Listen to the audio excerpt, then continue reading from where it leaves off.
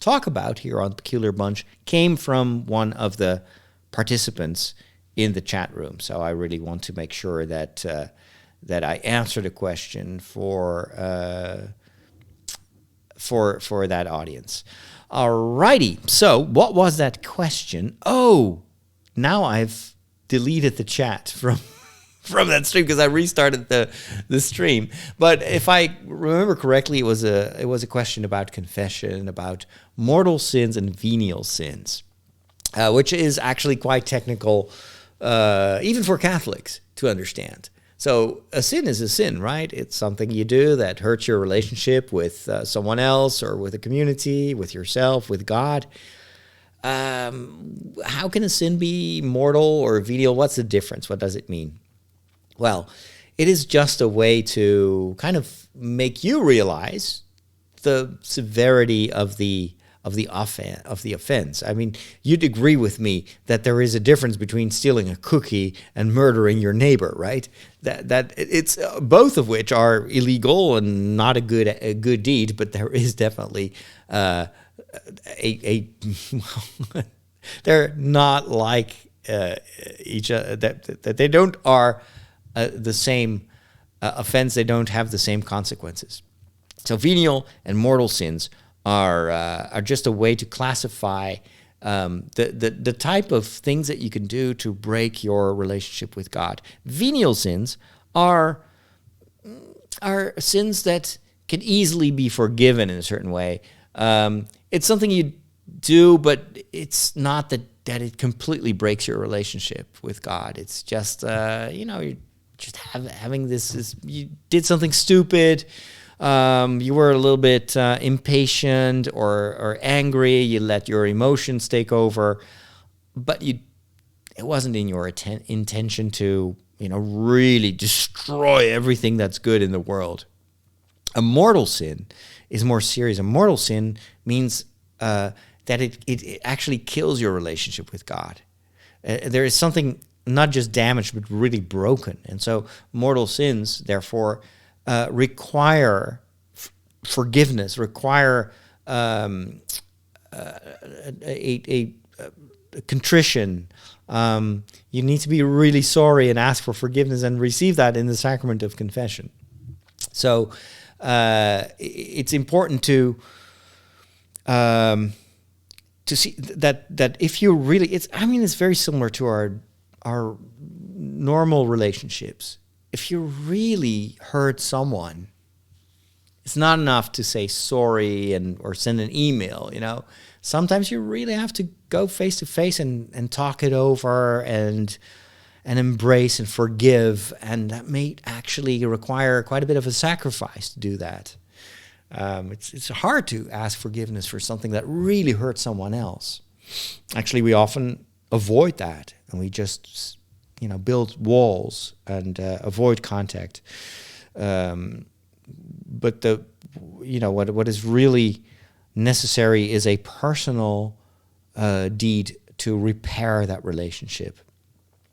And so that is why confession is especially important when it comes to these mortal sins. It is it's not a you're not in front of a judge. The priest is not there to judge. The priest is there to heal the relationship. So it's much more of you could say a medical situation where you've hurt, you've broken something, and you're coming there to find healing, to heal the relationship. And then the priest, because he's mandated by the church, who is mandated by Jesus, what Jesus tells his apostles, you have to go and forgive people's sins, and who you forgive will be forgiven in heaven. And if you don't forgive, then that is also binding for God's reality. So Jesus gives his apostles the mission and the authority to forgive sins, and they've passed it on through ordination to their successors. So that is why the sacrament of confession in the Catholic tradition is always personal. It is because Jesus wanted it to be personal. He doesn't give his apostles the mission to, write letters or do like a general liturgy of forgiveness or anything. No, he's like, really, you have to forgive people in a one-on-one relationship. And that's what the church has done actually throughout history. Confession has always been a personal sacrament. And also to protect what happens. It's you make yourself very vulnerable. So there needs to be a ton of trust for people to sometimes show their vulnerabilities and ask for forgiveness. And so that is why the church values personal confession so much, because it's a one-on-one relationship. There is a secret that binds the participants in this sacrament. The priest can never reveal anything that he learned in confession. And the punishment for if he does is out of this world. It's immediate, automatic excommunication. So it's the worst thing you could do. And it's all, of course, to safeguard the patient in a certain way, or the person who asks for forgiveness. So in practice, do I sit there and classify, oh, that's a venial sin, that's a mortal sin, that's a venial sin? No, of course. There is a certain factuality about sin. It's not that everything is relative. If you murder someone, that is truly a mortal sin. There's no attenuating circumstances. It could, of course, be self-defense, but that's another category. But if you deliberately murder someone, you can't say, well, hey, I do that all the time. I do that on a daily basis, so it's just another murder. It's a venial murder. No, it doesn't work like that. So there is a certain objectivity, of course, to the moral order. Otherwise, it wouldn't be an ethical order. There has to be a certain, you have to be able to measure everyone with the same measure in a certain way. You can't say, well, for this person, that's a venial sin. For that person, it's a mortal sin. On the other hand, sin is also always tied to a context, to a history of someone. Why do we sometimes do stupid things? Why do we hurt someone else? There's almost always a story that precedes it. And so that is why confession is not just a bureaucratic, give me your list and I will give you your score. It's a conversation. It's a personal conversation. And so the priest is a judge in the sense that he has to weigh what has been said, also sometimes what is not said, and ask a little bit more and help that person to really come to terms with what he or she has done, with the truth about himself or herself, but also always in a context of healing. The priest is there to help, to guide, to give advice, to, in a certain way, mediate what God wants, and that is to save, not to condemn. And so that is why sacrament of confession is delicate. It's difficult for a lot of people, even for seasoned Catholics. It's never easy to open your heart and to confess what you've done wrong. We love to talk about what we did right. It's hard to share with someone else where you messed up. It requires a lot of humility, and sometimes you find people that are just are unable to say it. They're so afraid they don't even dare to go to confession. What could help is to realize that the priest who hears your confession, he himself too is a sinner, and also lives because he constantly is forgiven and seeks forgiveness. And so the priest is not above you. It's not a saint. Few of them are. But he's a sinner like you. And he needs help just as much as you need help, but you're there to help each other. And it happens often in confession that I am healed as well. That what people witness, their honesty, their trust, their desire to make good, to change their lives, is often super inspiring to me. And so it's really a back and forth. So think about confession not just as something that you have to do to get forgiveness for, to save your soul, by going to confession, you also give something to the priest that hears your confession. You also help him. That's the amazing exchange, almost a sacramental exchange, that there's good for everyone in this. Like the very first, the second confession that I ever did myself, the priest told me, "Did you know that there is a party in heaven right now, that everybody is dancing up there, that the angels are overjoyed because you came to confession?" This is straight from the Bible. If one sinner converts, it's a joy in heaven. It's so the joy of reconciliation, of a relationship that is healed, is so powerful that we don't even realize how much good it does, not just for the person that receives the absolution, but for the entire community of saints, for everyone who is somehow in a relationship with God. It benefits all of us. And I think it's for us as priests, it is a great responsibility to always radiate that mercy, that friendliness, to be extremely welcoming, to be very patient, to be always a good listener.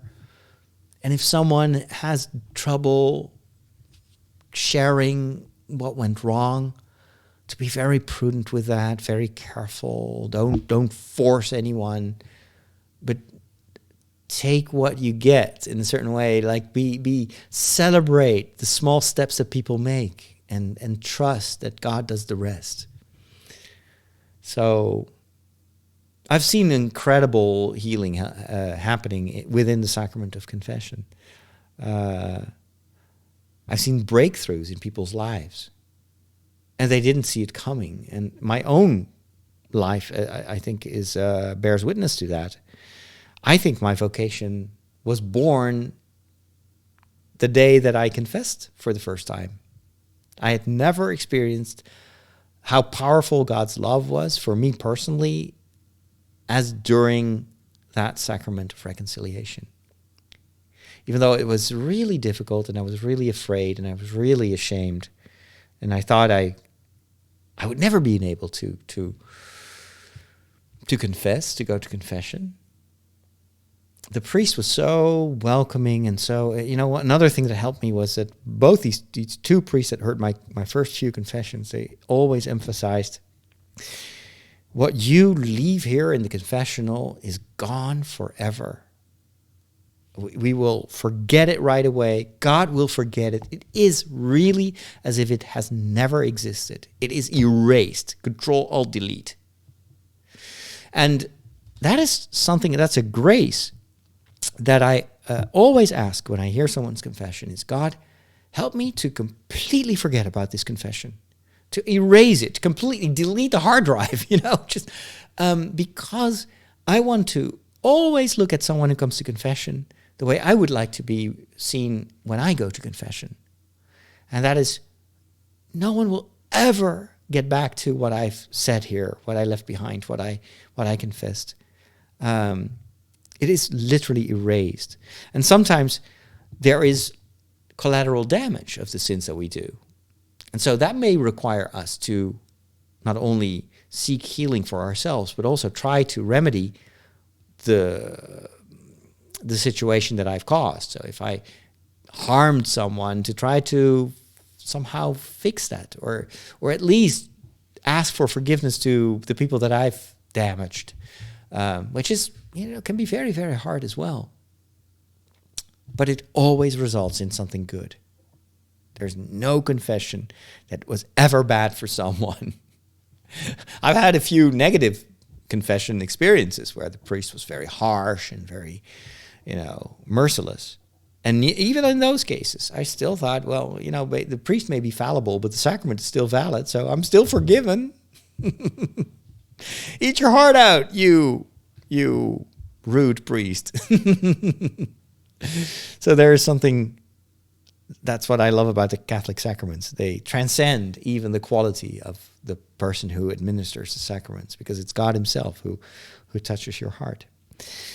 All right, that's it for this segment. Let's see, what else have we got on our list. We need to talk about books.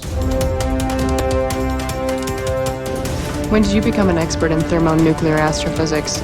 Last night. The packet. The extraction theory papers. Am I the only one who did the reading?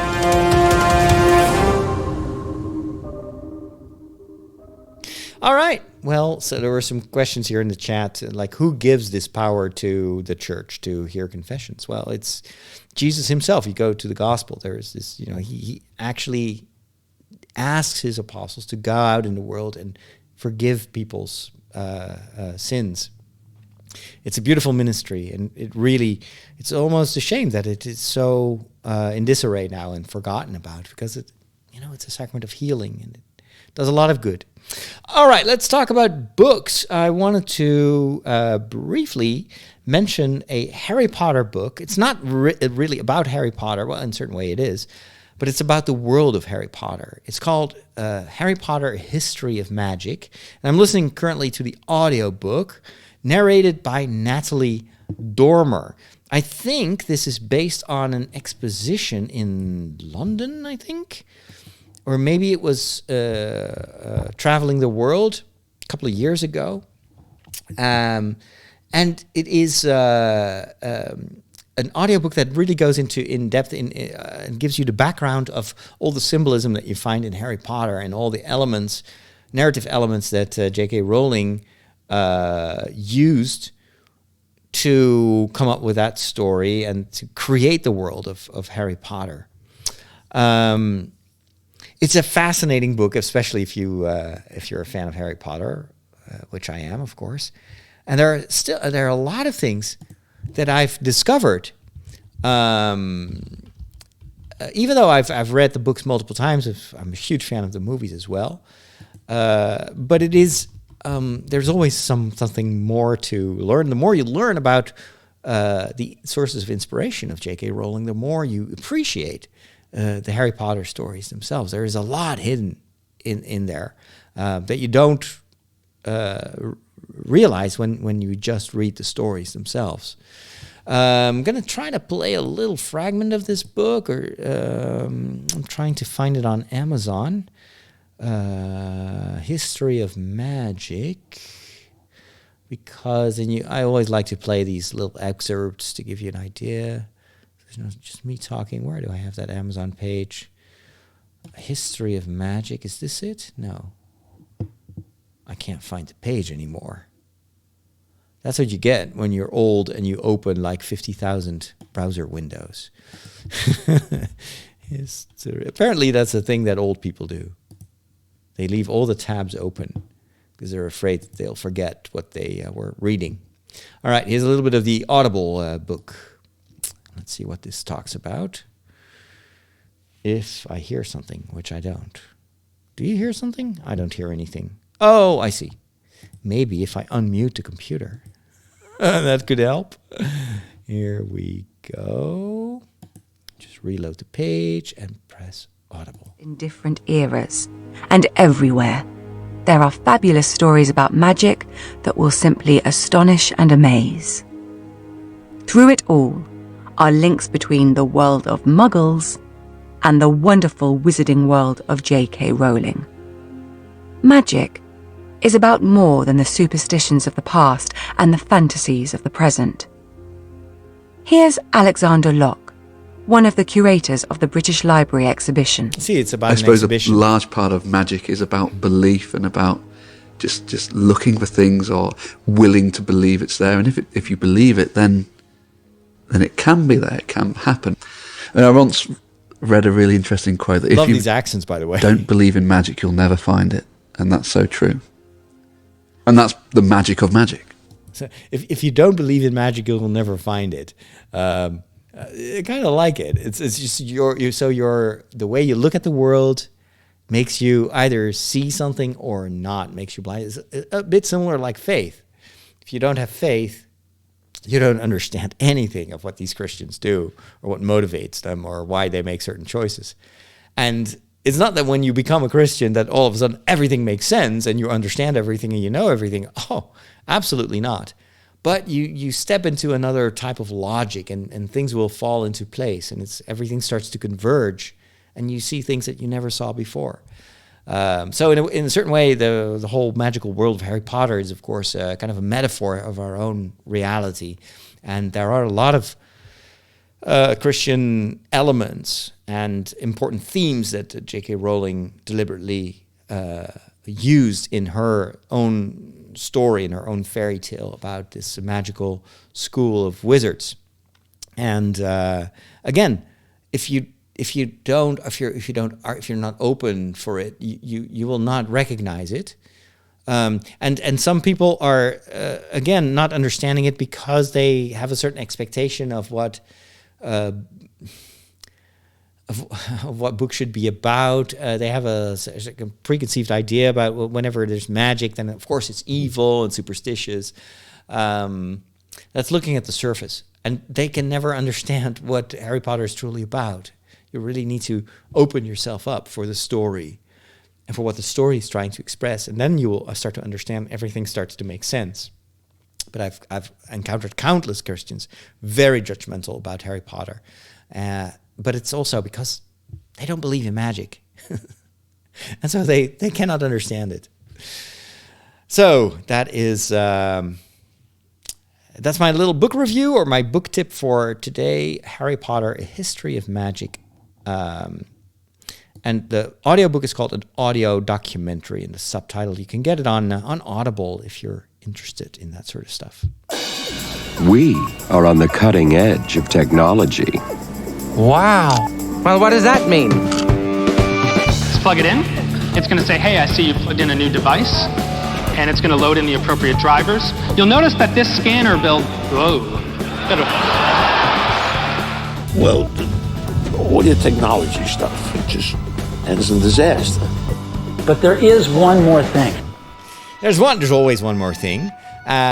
This is the segment where I talk about technology, and especially the technology that I'm interested in. And right now, that is definitely a new tablet. I've got an old first generation iPad Air, which is fantastic.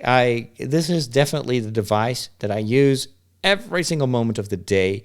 I use it for reading. I use it for praying, even for mass. This is my missal. Everything is in here.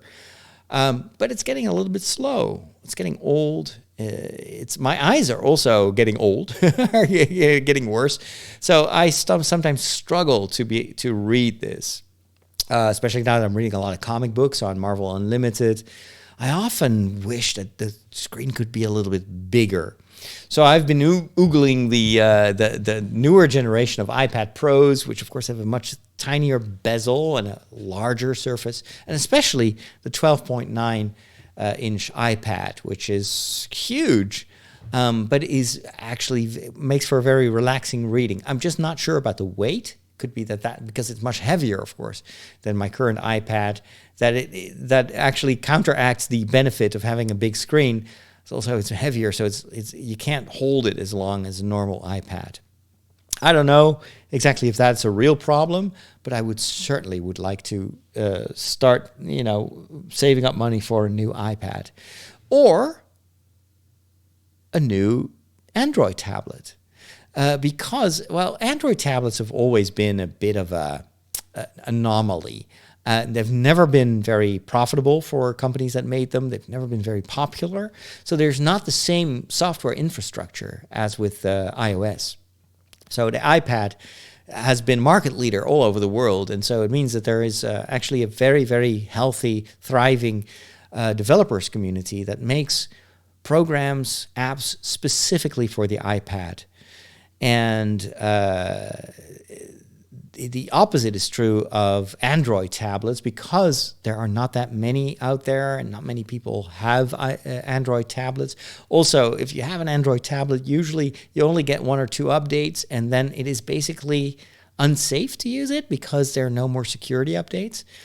Very much the renewal cycle is more similar to cell phones, where after 2 years you're just supposed to get a new cell phone.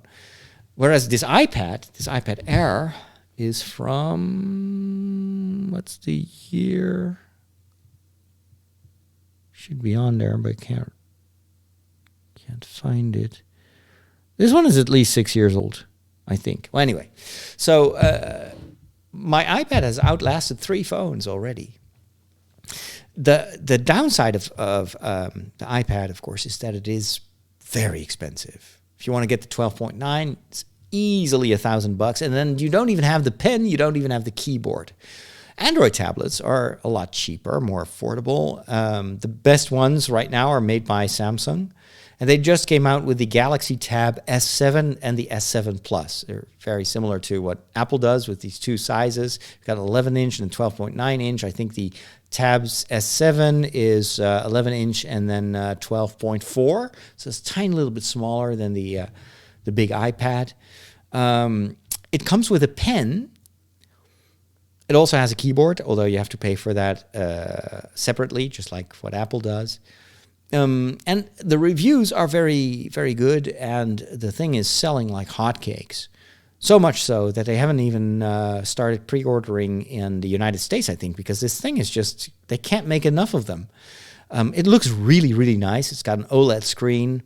It's got a very responsive pen. And then some software that Samsung developed specifically for their tablets. But then, beyond that, it's just the Android telephone software they can run on it. And I've heard from everyone who's been testing this, that's not a very good situation to be in, because a lot of these apps are just so. They're made for a very small telephone screen, and so if you put them on a big, especially on the Tab S7 Plus, it's all blurry and it doesn't work. Sometimes on the iPad, you can run any iPhone app also on your iPad. And for instance, the Instagram app, there is no, for whatever reason, so stupid, but there is no Instagram app for the iPad. So you have to use the phone app and then expand it to twice the size. But of course, it doesn't have the same resolution, the same quality as iPad apps. But that already is jarring to me, let alone I'm watching this on a 9-point-something inch screen, let alone if you watch the Instagram app on a 12.9-inch screen. So that is holding me back. The advantage of the Samsung Galaxy Tab S7 and S7 Plus is that it's much more affordable. It's still on the expensive side. Lots of people are complaining about that. I think it's about $900, but you get the pen with it. Whereas Apple, you easily pay $1,000, and then you don't even get the pen for it. So that's another $150 or $200, and so on and so on. It's also this kind of Apple tax that you pay. I've already invested pretty heavily in the iOS ecosystem, so that's also something that I need to take into account. It's like I already have spent so much money on these Apple apps. It would be a shame to switch platforms, and then I can basically throw everything away that I've purchased in the past, and then I have to buy it all over again on the Samsung. So right now, I'm still waiting for Apple to come out. I think what may just have happened, or they're going to launch another iPad Air. However, I'm more in the market for if I pick up another tablet, knowing that it will probably last me 2 or 3 phone generations, I'd rather go for the big one, because my eyes are not going to get any better, and I just love the canvas to work with. I don't think they'll ever go bigger than 12.9 unless you get these foldable screens. But for now, that's the biggest that I can get. And, well, for many reasons, that is something that I'd probably consider buying. But it's expensive. All right, with that, it is time to start wrapping things up. Thank you so much for listening to this episode. Hope you enjoyed it. And, of course, for the patrons, there is another show waiting for you. One of these days, it's called Father Roderick to the Max. I will give you another recipe that I prepare in my kitchen. We'll talk about comic books, technology, things I've learned on social media, and so much more. Check it out at Father Roderick on Patreon.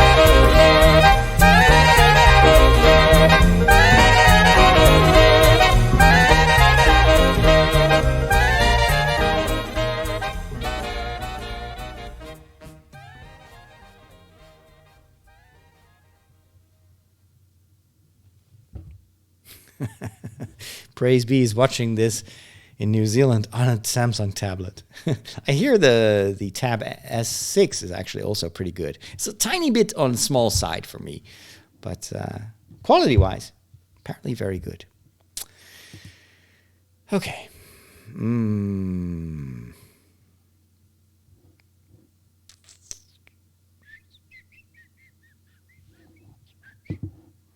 All right, what is the time right now? It's 4:41. Okay, I still have a little bit more time. So I don't know what happened with the streams. It just completely stopped on Facebook. That is a shame.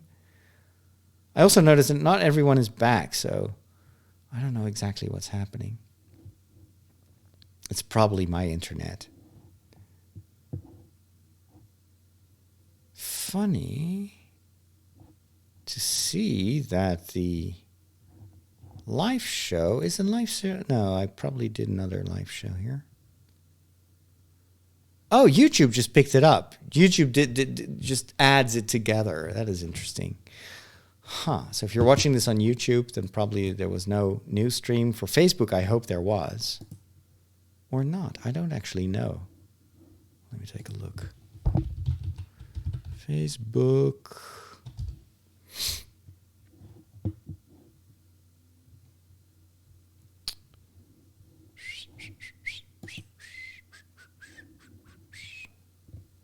Okay, no, it's actually a second stream on Facebook. Only 9 people are watching on Facebook, so thank you for watching.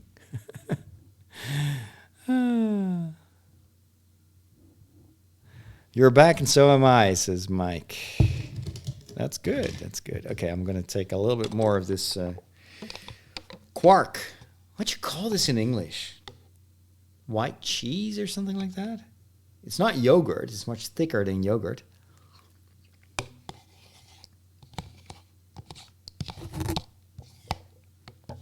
It's also perfect for when I'm done with my running. When I run for 2 hours or so, I always try to get some protein as quickly as I can, because it helps. Apparently, it helps repair muscle tissue. You know what? Maybe I'll keep it at 2 shows or 4 shows today. Do the rest some other time, because still need to conserve some energy for mass. Although that only starts at 7, but still.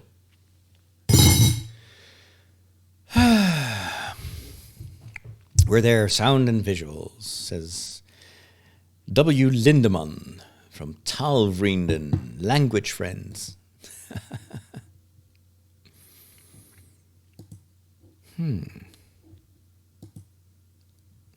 Allora. My show notes are a mess, actually. I was already preparing another weekly show, but I need to record to the max first. So I've only recorded 3 shows. Ugh. I am slow. Okay.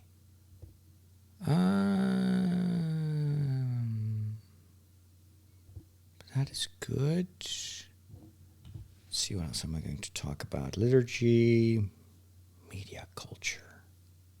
Oh yeah, video games.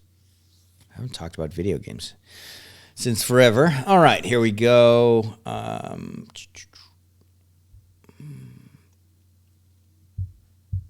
So this is week 37, right? Yeah. Week 37.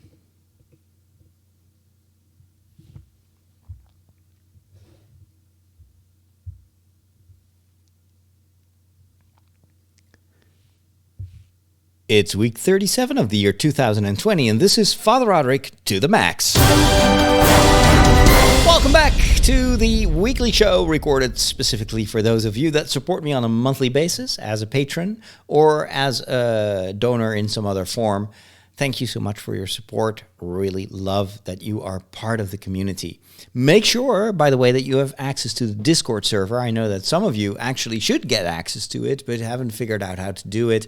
I think somewhere in the archives of this show, you should be able to find a short episode where Samuel Varg explains how to get access to the Discord server. Otherwise, just send us a message, and we'll guide you, because it's really a good place to hang out. I not always have the time to be there as well, but I do always read the comments afterwards, and gives me a lot of input for these shows.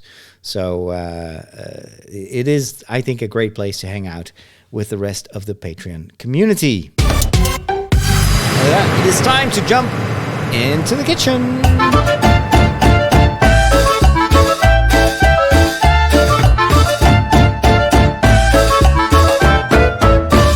So I'm trying to change up my morning routine. This is all inspired by my ongoing quest to get healthy and to repair my metabolism that is all over the place. So I listened to this audiobook about metabolism, and one of the pieces of advice that the writer gives us is try to integrate vegetables in your breakfast. And I'm like, what? Say again? Vegetables? Breakfast? What? I didn't grow up with vegetables for breakfast at all. The only time that I've ever experienced a culture where they did that was in China, where they would serve not just veggies, steamed veggies for breakfast, but also rice and soup and all sorts of things. Like, wow, I did not think that there was a human option to actually eat this stuff in the morning. And strangely enough, because a lot of Chinese people are lactose intolerant, you don't get the cereal stuff. Well, in some of the hotels, they did serve it only for the foreigners, but never for the Chinese. I'm a quarter Chinese. I'm not lactose intolerant, thankfully. But I still was intrigued by this totally different concept of breakfast. And this, for me, a redefinition of what you could eat and maybe should eat for breakfast. Because the idea of the book that I read about metabolism was that you want to really not just increase the frequency of eating and making sure that you have these 3-hour intervals between each meal or snack, but you also want to up the quality of the nutrients. Not just during dinner, but every meal. So try to eat healthy, and then hence the advice to not only integrate fruit in your diet, but also integrate veggies and really up the quantity of veggies. Now, I've been racking my brain. How do I do that? I don't see myself eating a plate of broccoli in the morning. That's a bridge too far. How can I do this and still give it a breakfast vibe? Lo and behold, Eastern tradition came to the rescue. And I found this cooking video that teaches you how to make okonomiyaki. Okonomiyaki. That Japanese is a great language. You've got these words actually quite easy to pronounce, but it sounds so cool. So okonomiyaki is Japanese pancake. And it is not pancake like the fluffy pancakes from North America, but more crepes. And so what you do is this Japanese pancake is something that you can prepare it for breakfast. Usually when I make it, I eat half at breakfast and the other half for lunch. And that really helped me integrate veggies. So what is the difference between regular pancakes, or, well, when I say regular, that's a little bit pretentious, but Western pancakes and Japanese pancakes? It's how you prepare it. Usually when I prepare pancakes, you take some flour, some salt, an egg, start mixing that. You add a little bit of milk, you add a little bit more milk, sometimes a little bit of water if you want to, and then you have to get the right consistency. Heat up the pan, add some oil, and then you put in the mixture. You turn it around, and you have your pancake or your crepe. for Japanese pancake, what you do is you take veggies, and it can be any veggies. So I just, as long as it's thinly sliced. So I just cut some veggies that I had, some leftover veggies. I had some carrots. I made some very small cubes. Some leek that I cut into small pieces. An onion. I just added in an onion, also diced, of course. What else did I do? No, I didn't use spinach. Oh, some broccoli. I did have some leftover broccoli, so I cut it into very small pieces because, of course, this has to mix with the pancake. So the first thing you do is put a little bit of oil in a pan, and you start to fry these veggies. And then you make the mixture for the pancake itself. You add, again, starts with flour. You add an egg, or maybe even two. Depends on the quantity, of course. A little bit of salt. No, actually, skip the salt, because then you don't use milk or water, but you use broth. Chicken broth, or in my case, fish broth. So you can buy these cubes here at the supermarket, which fish broth. It's got this fishy taste to it. It's still, kind of to make soup. But you add boiling water, you make a broth, and then you add that to the mixture. So that immediately turns, of course, your pancake into something much more hearty than a milk-based pancake. So what you then do, you've already have the veggies frying in a pan, not too much, of course. You don't want to cook out the vitamins, and then you add the mixture, and then you just prepare it like a regular crepe or pancake, and you turn it around.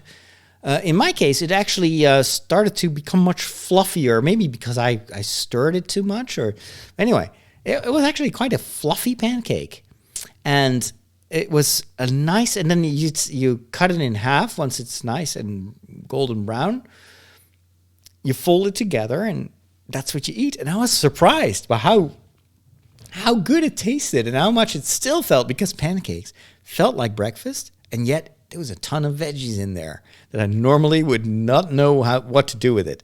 The second way to integrate veggies is to put it in a smoothie. So that's maybe the easiest way, but I'm not always in a mood for a smoothie, actually, to be honest, especially if I still have to go for a run.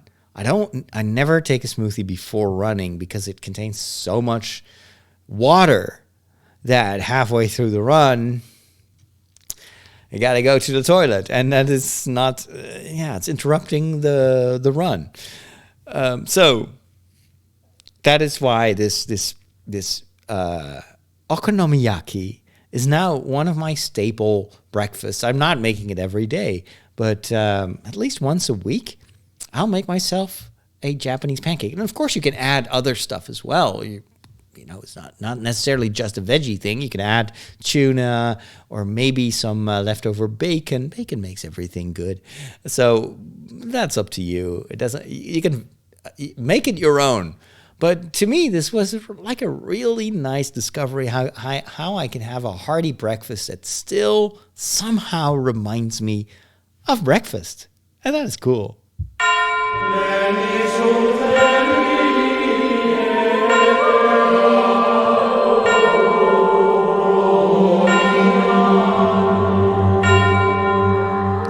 And this is the segment about liturgy, where I try to explain some of the mysteries of Catholic liturgy. If you've ever watched Mass for Geeks on Sunday evening my time, and you're not familiar with Catholic traditions, you may think, well, I don't know what these guys are doing. There's so much going on, and why all the gestures and sitting and kneeling and standing. So in this segment, I want to shed some light on that, and also gives me an opportunity to deepen that a little bit. The bleeps that you hear is actually from my Steam client. So someone is private messaging me. So I'm going to turn off Steam for now, otherwise it's going to make noise. I'll read that later. So today I want to talk briefly about something that is not very well known, even by Catholics. It's a rubric, something that you're supposed to do during Mass, but almost no one knows that it is actually what you're supposed to do. And I'm talking about bowing. Bowing, and there are two forms of bowing in Catholic liturgy. One is what they call a deep bow, where your entire upper body makes an incline. And then you've got the head bow, where it's just your head and maybe your shoulders a little bit. And both of these types of bowing are used at several instances during Mass. The first time you see someone bowing in Catholic liturgy is when Mass starts. The priest arrives and bows in front of the altar. Also kisses the altar as a sign of reverence for what the altar symbolizes, and that is Christ himself. So it's a sign of veneration to bow in front of the altar. It's a deep bow because of the symbolism. It's Christ, so you want to not just nod. It's like you're encountering someone who's much more important than anyone else on the planet Earth. So you make a reverence that involves your entire upper body. So that's the first bow. However, we are all supposed to do a small head bow whenever the name of Jesus is mentioned. And that happens actually quite quickly in the liturgy. During the Gloria, I think twice, the name of Jesus is mentioned in that prayer. And so then you're supposed to bow your head slightly. I just discovered that I always did it because I saw other priests doing it. But I only now discovered that that is actually part of the rubrics, and everyone is supposed to do that. Also, the faithful. I bet you that almost no Catholic knows that that is what we're supposed to do. Again, it's just a small sign of reverence for the name of Jesus. We're also supposed to do that when we mention the name of Mary. For instance, in the Eucharistic prayer, we also mention the saints, and of course the saint that deserves most veneration is the Mother of God herself, Mary. And so when we mention the name of Mary, also bowing the head. Every time you pass in front of the altar, let's say you're an acolyte, for instance, or a reader, if you pass in front of the altar, you're supposed to bow. And that's another full bow, like your entire upper body. You're also supposed to bow, and again, not just the head, but fully bowing, during the creed, the articles of faith. At the moment where we say, and Jesus became incarnate and was born of the Virgin Mary, as a sign of our veneration for that unique event in history, in human history, where God wanted to become one of us and walk with us and suffer our death, out of veneration for that incarnation, we bow at that moment. Again, not something that many Catholics do because, well, they probably were never taught that that was something they should do. Then another moment where you bow your head is when you step forward to receive communion. Before you stretch out your hand or you open your mouth, if you're receiving communion on the tongue, you're supposed to make a reverence in front of Christ, real present in the Eucharist, by bowing. Again, full bow, not just the head. And then oftentimes you're also asked to bow your head for the blessing. That can be a simple bow or whatever. I think that's kind of free. You can decide yourself. When you receive the blessing, sometimes the deacon will tell us, bow down for the blessing. It's also, again, it's a sign of reverence, also a sign of humility, and an expression of the fact that you realize that you are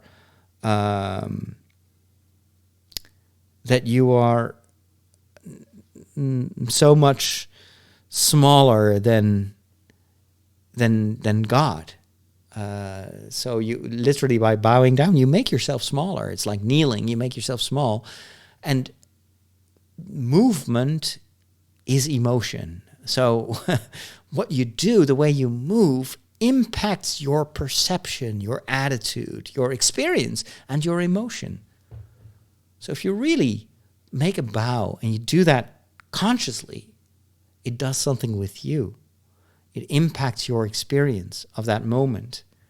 And because we're talking about rituals, about things you do over and over again, even if you do them not always consciously, it still works because it's a movement. It's something your body does. And so it triggers this humility. It helps you to put yourself in a state of mind. And so it's good for you. It's good for the quality of your experience during liturgy. I love these gestures. I love these rituals in Catholic liturgy. I love that it's not just intellectual, but that your entire body, all the senses, are involved in the celebration of Mass and other liturgies. So that's what I wanted to share with you.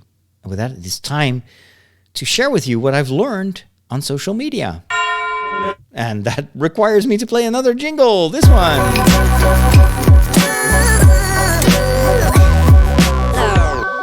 All right, every week I share with you something I discovered on social media and that I didn't know before. And today I want to share something very cool.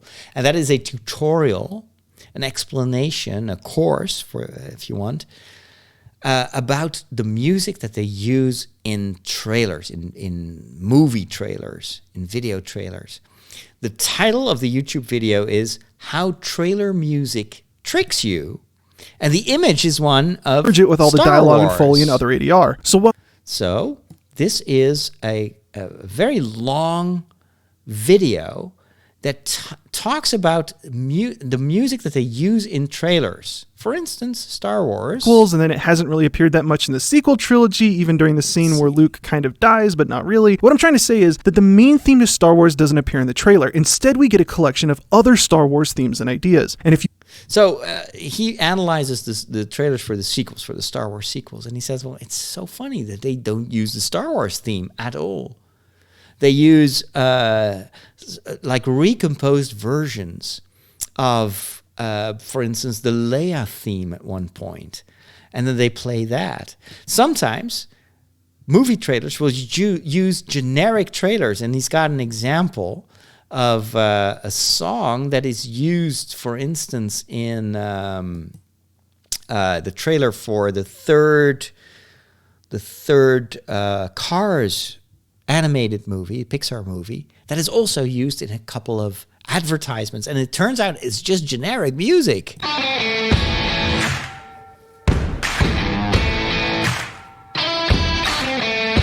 This is played over images of the trailer for Cars 3. This is a piece of music called Renegade by Guillaume, but because it's a piece of production music with the license up for sale up front, free to be sold to whoever's willing to buy it, you can also hear it in this car commercial that I found. Life. It throws us the unexpected. And I also found it in a SpaceX video.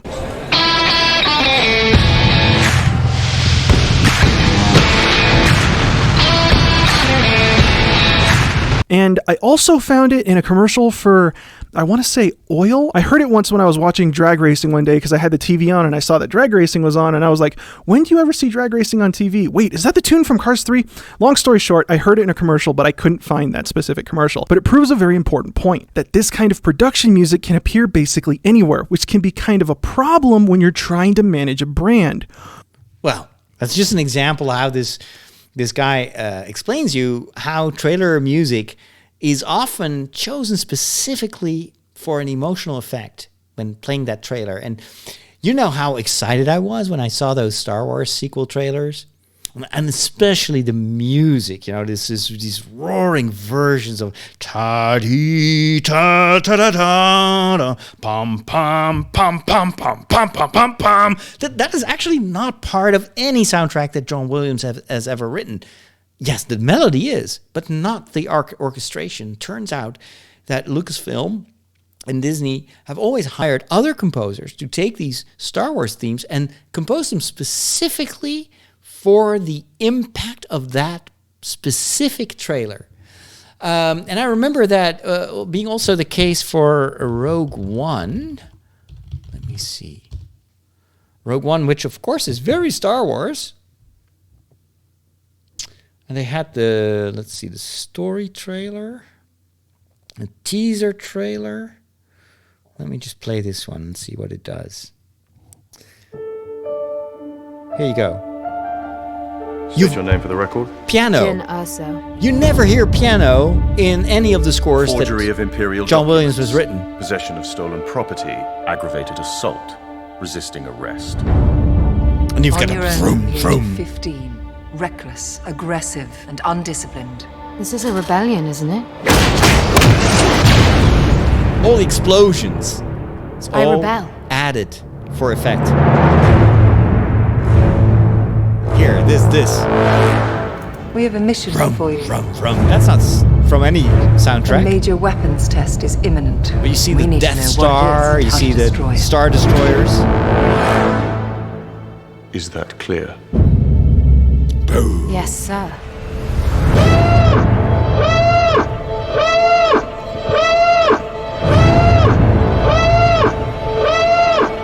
This is another thing that happens a lot in trailers. It's starting to fade away, but for a long time, almost every trailer had these very deep, booming like tones, and it was just like Pam. It's they use it a lot in Inception. The entire soundtrack of Inception is like a pam, pam, and almost every cinematic trailer used the same tone because it triggers subconsciously a certain reaction that they want you to have when you're watching trailers like this. Adds drama. What will you do when they catch you? What will you do if they break you? If you can. You hear that in the background? The violins, like they're going in crescendo. It's one tone. It's not even music, but you feel like something is going to happen. We're going to be like, so what's up? What's going to happen next? Continue to fight.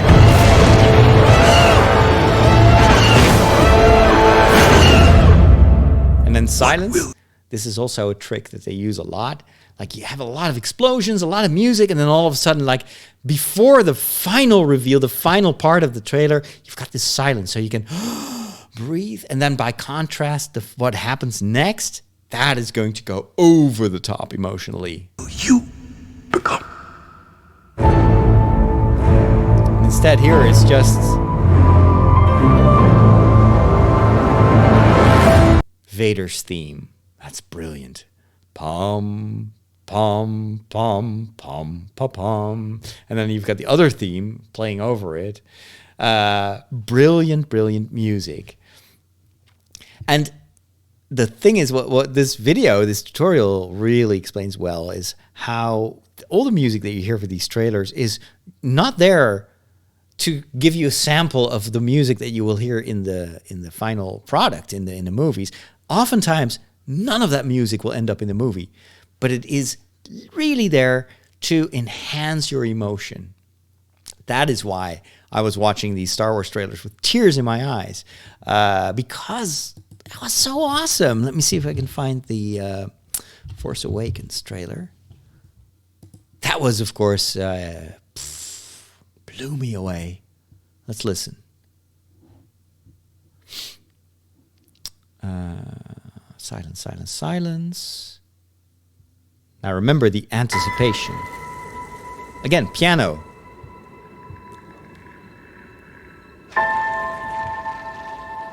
Quint. Who are you? It's all tension. This is not John Williams. I'm no one. A harp.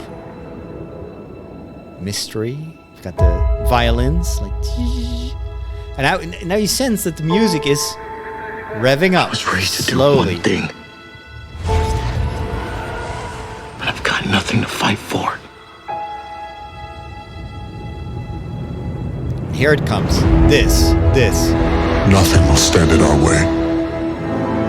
Horns, very Star Wars. Finish what you started. Dissonance in the music. And then this. There's stories about what happened. This is the love theme. All of it.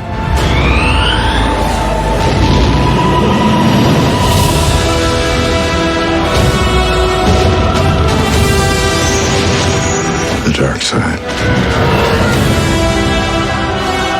This is totally different tonality, like ta ta, and then they do a different chord underneath it that we're not used to. So you immediately know this is not from any Star Wars movie that I've seen before. This is new music. And then also the fact that they play the love theme is, of course, I think subconsciously trying to awaken in us our love for Star Wars. A Jedi. A lot of drums here. They're real. Do you hear that there's actually choir in the background? Now, it's probably not a real choir. It's all synthesized music. But the choir is something that John Williams uses only very rarely to on the most dramatic moments of the 6 movies that preceded this one. So the choir gives it something almost heavenly. It's like angels sing a new Star Wars movie. It is a revelation. The Force. It's calling to you.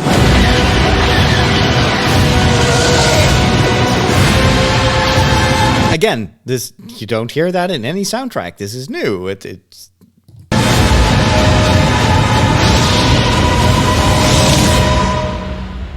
Just let it in. silence again, and then all your emotions are like, this is the moment everybody starts clapping and cheering and crying, right? That's why the music fades away to make room for your emotion. You see how music works, how it manipulates your emotions? And this totally worked when I listened to this. I was like, oh, if the soundtrack is going to be anything like this, it's going to be awesome. And then the soundtrack was so different, was not at all this. And sometimes I was like, why? Disney should hire these guys who composed this. This is the kind of music that I want to have on a soundtrack. And it's actually even hard to find this music anywhere online. They don't put it on the playlist, the album playlist for the movies. But sometimes these trailer musicians, often I try to find out who composed it, and I Google them, and then it turns out that they're just YouTube artists, and they have a couple of thousand followers, and that's it. And I'm really often sometimes amazed that there are talents out there. They're completely just hired for trailer music, probably not paid very much. But when I listened to their music, I was like, give us more of this. We know that John Williams will no longer compose. I would say hire someone who composed this. I don't know who composed this. And often you will see that they've composed a ton of other trailer music as well. Let me Google this. Composer, The Force Awakens trailer. Who composed the Star Wars The Force Awakens trailer? I think it's John Samuel Hansen. John Samuel Hansen. Okay, let's Google him. See what we find. IMDb. So I find him actually here on YouTube with a number of things. So here, for instance, is trailer music files. So someone here put a lot of his trailer music pieces in one video. Let's check out this one. What is this? Dynasty.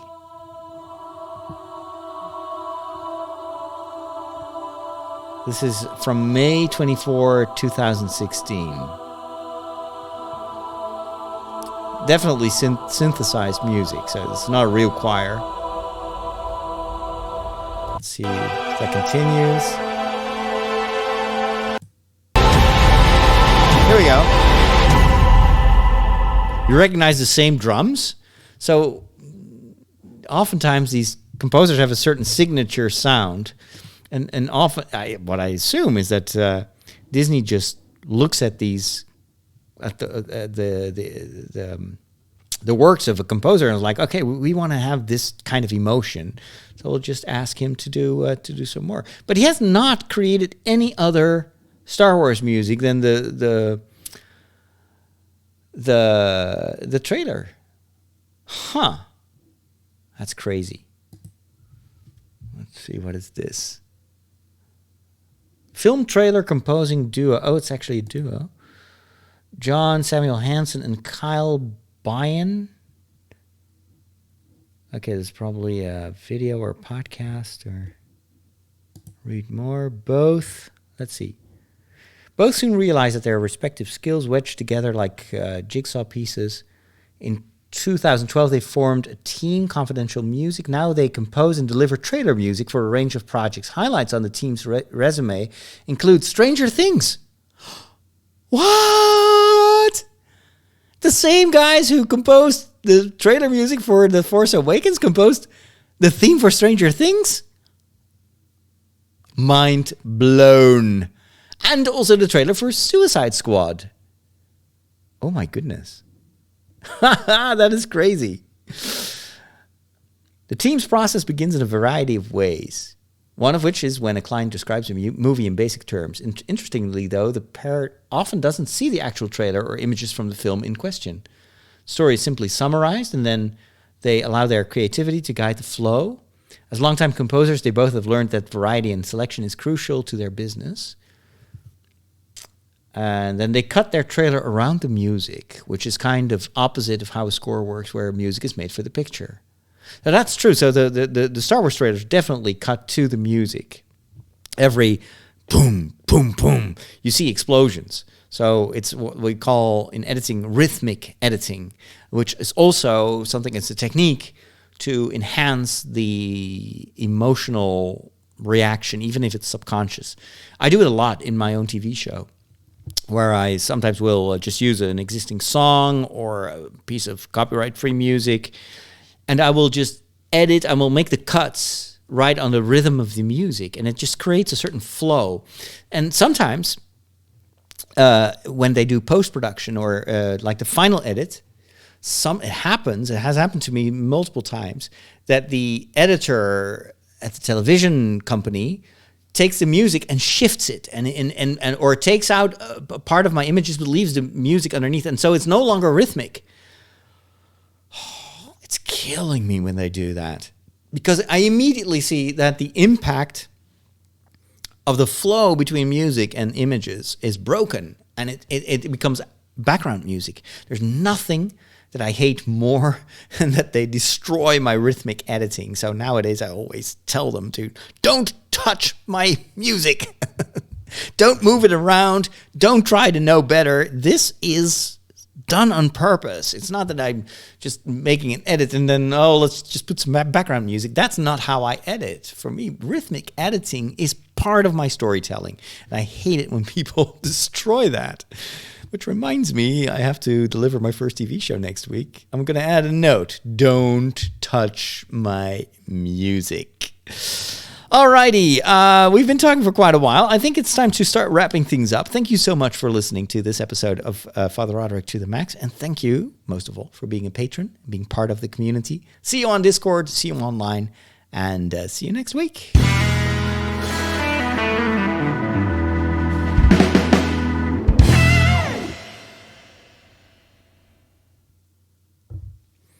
All right, that's a wrap. That's a wrap. It's 20 past 5 already, and I've now recorded 4 shows. I'm going to call it a day, at least when it comes to podcasting. We'll pick this up some other time. Hey, Janers from Indonesia. Good to see you. Radagast Studio, the choir and dramatic moments, like in the Jewel of the Fates. Yes, that is what I meant to say. Halo, too, uses a lot of choral music. The trailer itself is a story. Yeah, true.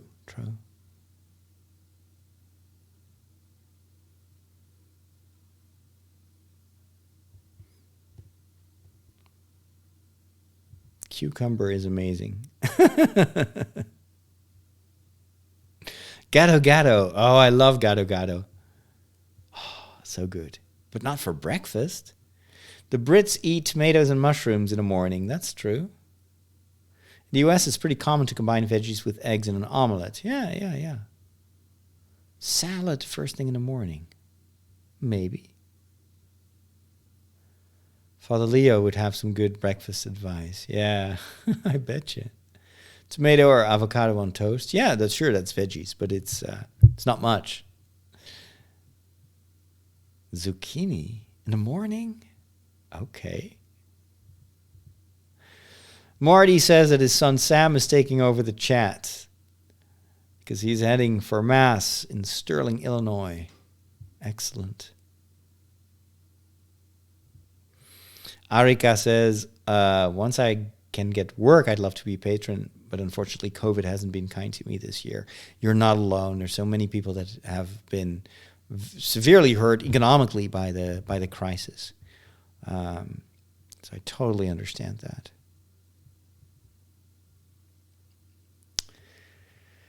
Can you say the extraordinary form of the Mass? No, I've been at some of those Masses, but I have never studied it myself. Quark is cottage cheese. Okay.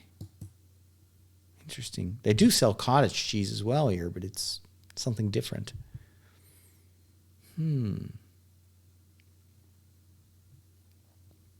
Marty is impressed by how I utilize my tablet during Mass. Yeah, sometimes it's a little bit confusing and annoying because the app that I use is UI is not the best in the world. But it does the job. Will I react to the Dune trailer? I haven't even seen it yet.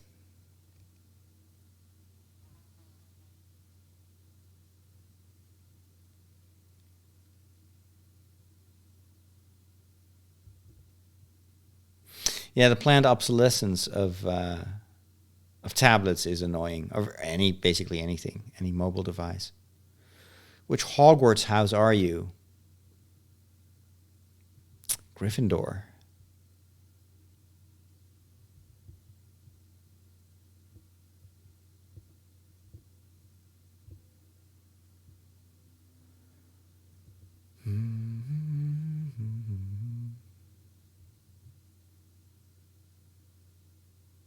If confession is a personal conversation, why do I need a priest? It's because we're humans. We need this physicality. That's why Jesus doesn't write letters. He always goes to the people. He touches them. He kisses them. He blesses them. He embraces them. And the church always tried to do what Jesus did. Hence the personal aspect of the sacraments. How much incense is too much? Have you any funny incense stories? Oh, yes, I have. Too many to mention. All right. I'm going to take a break here. But it's good to see you all again in the community. Smoked tempeh bacon is one of my favorite foods. Wow. I don't think I've ever had that. I love Indonesian food. I grew up with Indonesian food because my mom grew up in Indonesia. So she often made Indonesian food. I never thought of it as Indonesian. I thought it was just food. It's only later on when I got invited by friends in school to eat where they live, and it's like, what are you guys eating? Like potatoes? Why would you eat that?